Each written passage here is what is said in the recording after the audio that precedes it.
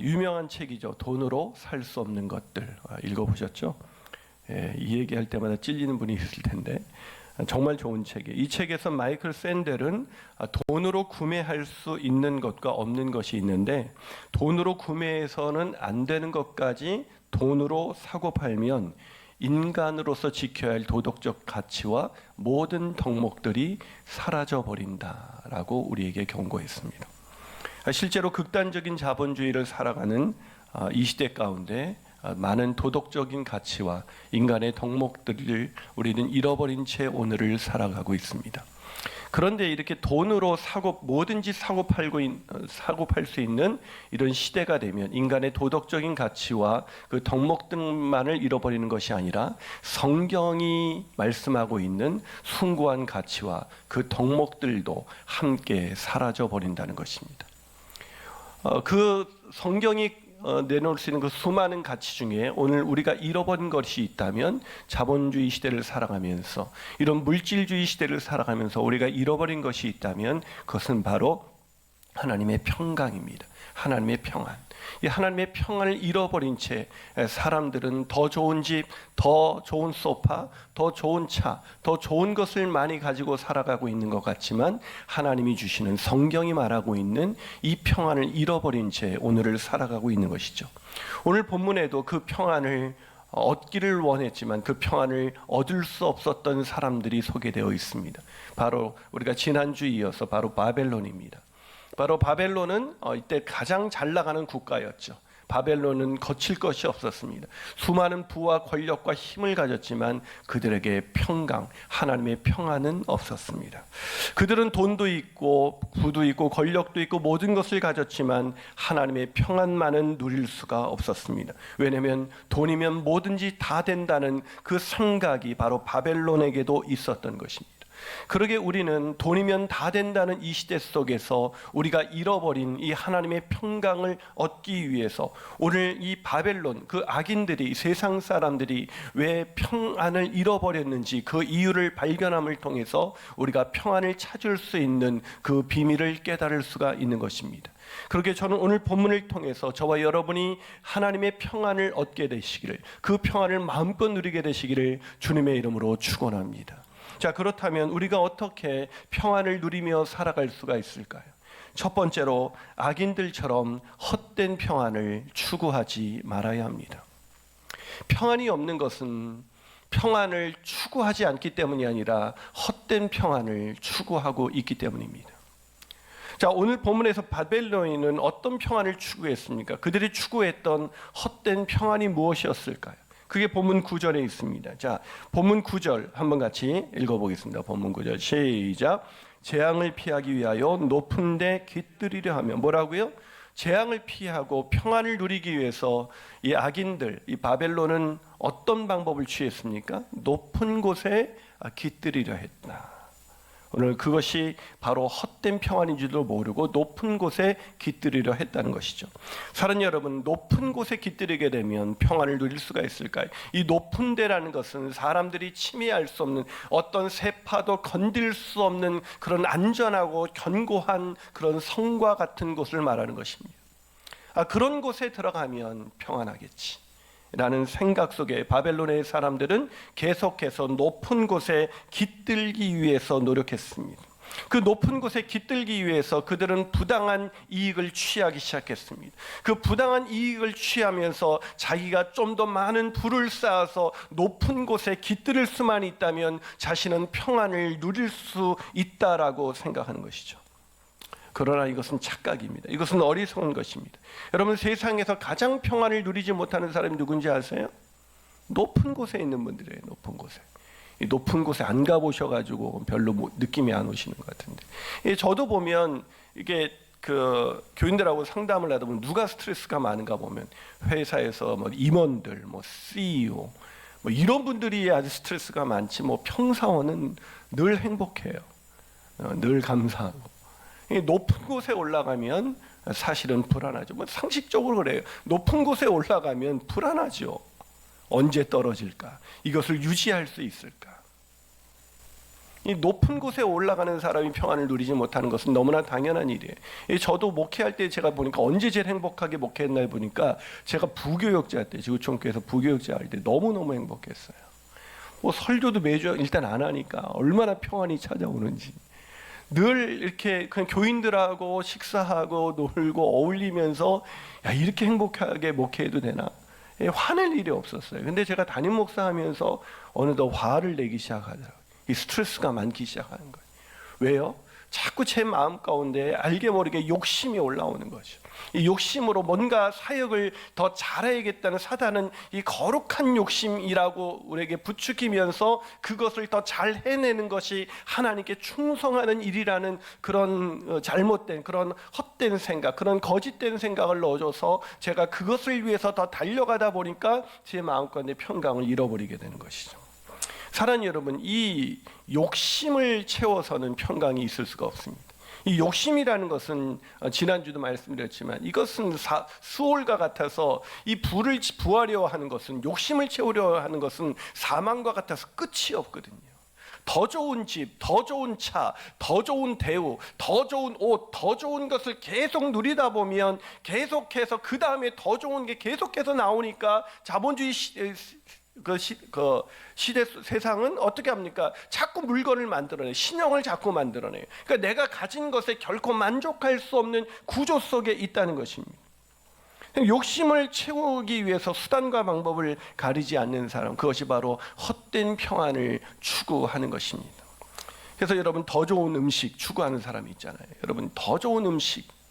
여러분, 저는 요즘 누가 이렇게 성도님들이 목사님 뭐 드실래요? 그러면 저 먹고 싶은 게 없어요.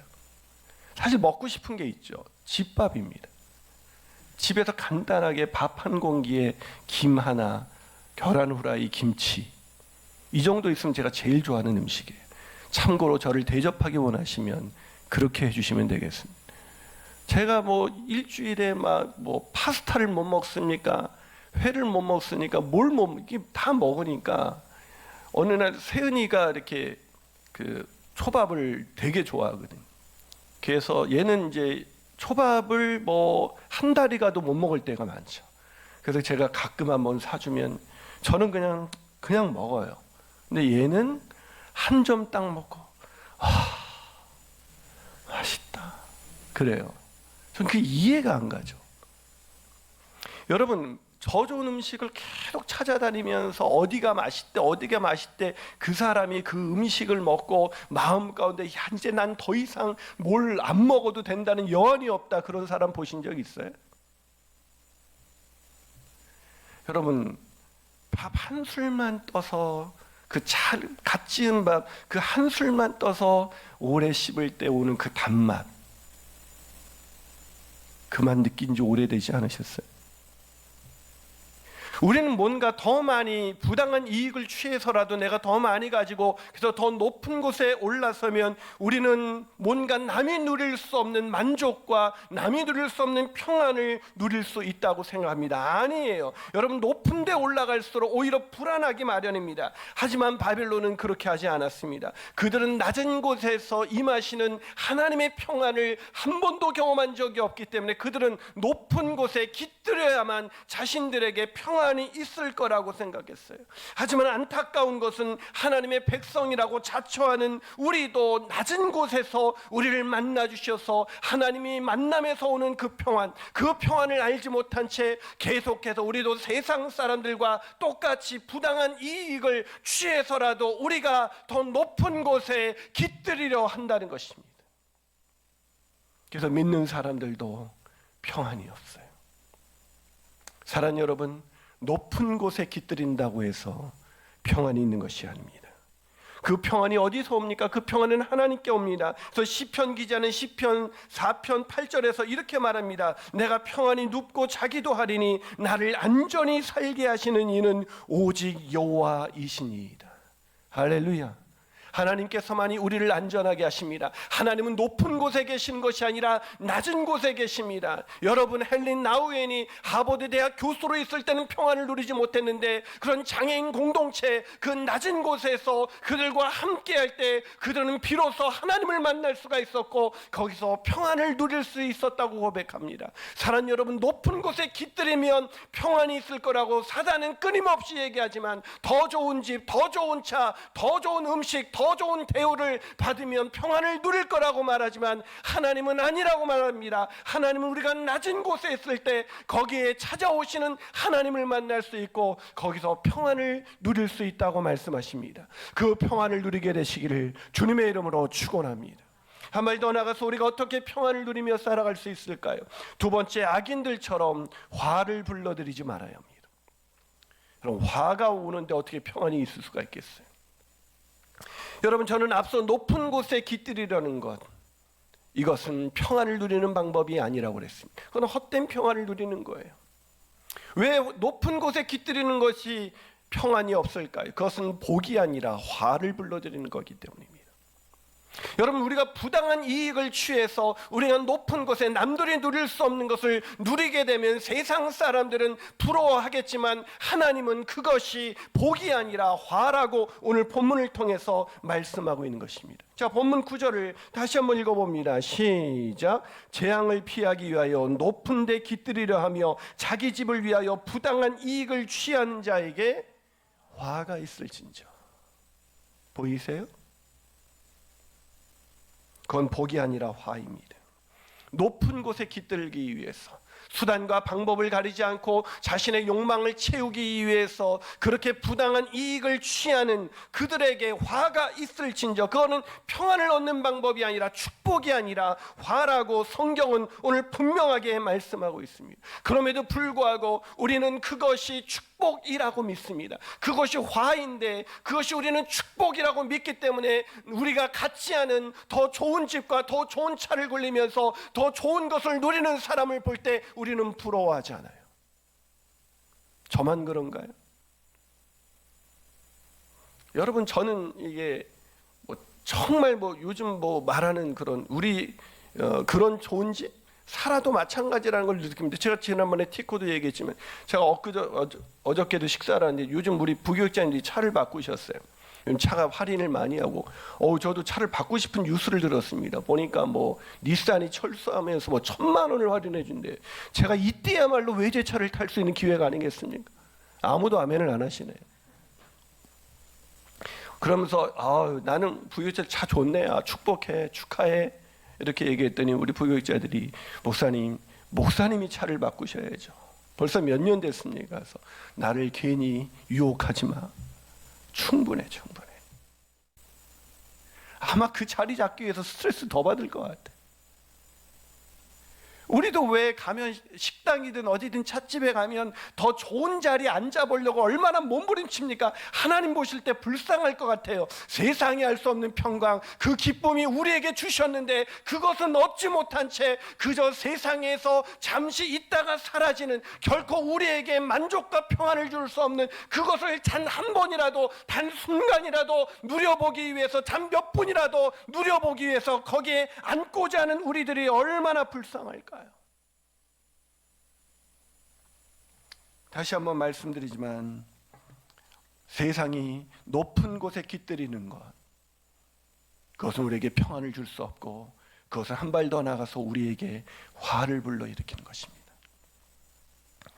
그런데 안타깝게도 많은 사람들이 높은 데 깃들이려고 합니다. 그것을 축복이라고 생각합니다. 여전히 높은 데 깃들이는 것이 축복이기 때문에 기독교인들 중에서도, 크리스찬들 중에서도 더 높은 데 깃들이는 이 좋은 곳에 털을 잡는 사람들을 바라볼 때 부러워하고, 나는 언제 저런 집에 살아볼까? 나는 언제 저런 차를 굴려볼까? 나는 언제 저런 것을 가져볼까? 라고 생각하는 것이죠. 사랑 여러분, 왜 우리에게 하나님이 주신 그 평안이 없습니까? 세상 사람들과 똑같이 그것이 축복이라고 생각하는 것이죠. 여러분, 저는 기독교인들에게 가장 안타까운 것이 뭐라고 생각하냐면 그건 바로 기복주의 신앙이라고 생각해요.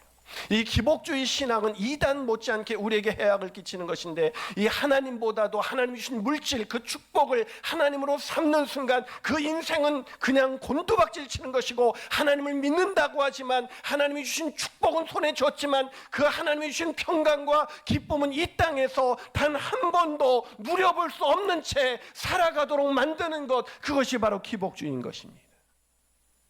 사랑하는 여러분, 오직 하나님 한 분만으로 만족하는 인생, 그것이 가장 복된 인생이고, 하나님 한 분만으로 만족할 수 있다면 나라가 부하든지 가난하든지 상관없이 세상이 흔들 수 없는 평강이, 그 평화가 우리의 마음을 지배하게 될 줄로 믿습니다. 그 평화를 누리기 원하십니까? 세상 축복을 축복이라고 생각하지 않고 하나님이 주신 그 복에 매일매일 감사하면서, 일용량할 양식을 주심에 감사하면서, 우리가 처한 곳에서 감사하면서 매일매일을 살아가시는 저와 여러분이 되시기를 주님의 이름으로 축원합니다.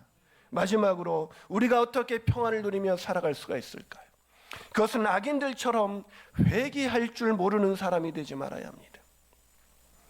여러분, 부당한 이익을 취해 높은 곳에 깃들이는 것, 그것은 복이 아니라 화라고 말씀을 드렸습니다. 하지만 세상에서 살아가는 우리는 그럼에도 불구하고 부당한 이득을 취해 높은 곳에 깃들여 하는 사람이 얼마나 많이 있습니까? 여러분, 저도 그런 사람들을 보면, 목사인데도 순간 이 저속한 목사인, 세속적인 목사인 저는 부러운 생각이 먼저 들어요.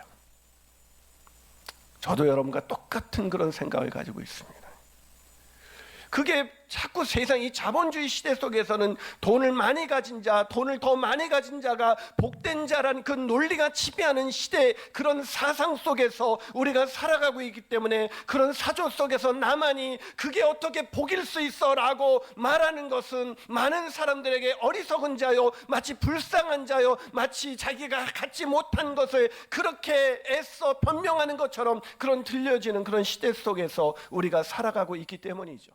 사랑하는 여러분, 오늘 말씀드린 것처럼 기복주의 신앙으로 인해서 우리는 자꾸 우리가 하나님 앞에 그런 사람들을 부러워한다는 증거가 무엇입니까? 그게 바로 기복주의 신앙입니다.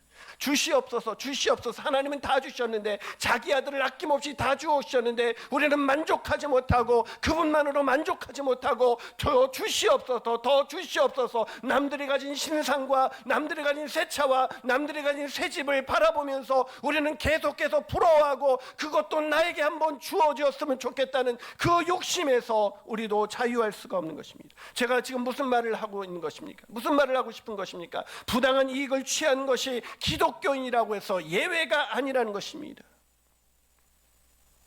그렇다면 그런 우리도, 세상 사람들같이 똑같이 살아가고 있는 우리가 어떻게 평안을 누릴 수가 있겠습니까? 그런 우리가 평안을 누릴 수 있는 단 한 가지 방법은 무엇이겠습니까? 그것은 그렇게 살았던, 허프질없는 욕심을 부리고 살았던 헛된 욕심을 내려놓고 회개하고 주님께로 돌아가는 것입니다. 그렇게 주님께로 돌아갈 때 높은 데 깃들인 자가 결코 누릴 수 없었던 하나님의 품에 깃들인 자만이 누릴 수 있는 놀라운 평강, 세상이 흔들 수 없는 평안, 그 어떤 폭풍우도 흔들 수 없는 평안, 어떤 상황에서도 누릴 수 있는 그 평안이 우리에게 올 수 있다는 것입니다. 하지만 문제는 우리가 회개하지 않는다는 것입니다. 왜요? 두 가지 이유가 있습니다. 첫째, 우리도 부당한 이득을 취하여 어떻게든 부를 쌓는 것이 화가 아니라 복이라고 믿기 때문입니다. 두 번째로, 자신은 그런 부당한 이득을 취한 적이 없다고 생각합니다. 사람들 다 그렇게 사는데 나만 그렇게 살지는 않아 라고 말하면서 합리화시키는 것이죠. 그런데 그거 아세요? 바벨론도 그렇게 생각했습니다. 그들은 자신들이 착취한 것이 정당한 것이며 그것이 축복이라고 생각했습니다. 그러나 하박국 2장 5절은 하나님께서 이렇게 말씀하십니다. 그것이 축복이라고 애써 믿는 그런 바벨론에게 뭐라고 말합니까? 부유한 재산은 사람들을 속일 뿐이다. 뭐라고 속여요? 그것이 축복이라고, 그것이 너에게 놀라운 평안을 줄 거라고 우리에게 속인다는 것입니다. 사랑하는 여러분, 뭐라고요? 부유한 사람은 속임을 당한다는 것입니다. 부유한 사람은 그래서 회개할 수가 없습니다. 잘못된 것으로 부유를 쌓은 사람은 그것이 하나님의 축복이라고 생각하기 때문에 회개하기는커녕 그걸 자랑하고 다녀요. 여러분, 투기를 통해서 얻은 걸 가지고 하나님의 축복이라고 자랑하던 그런 시대가 있었습니다.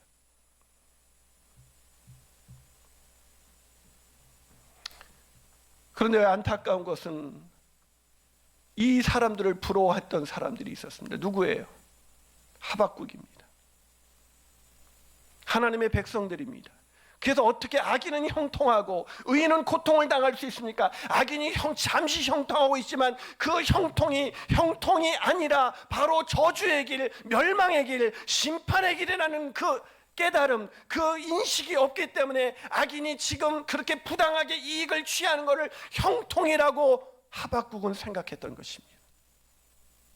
그래서 하박국은 질문을 한 것이죠. 어떻게 악인이 형통하고 의인이 고통을 당할 수 있습니까? 그러나 하나님은 말씀하십니다. 그건 형통이 아니라고.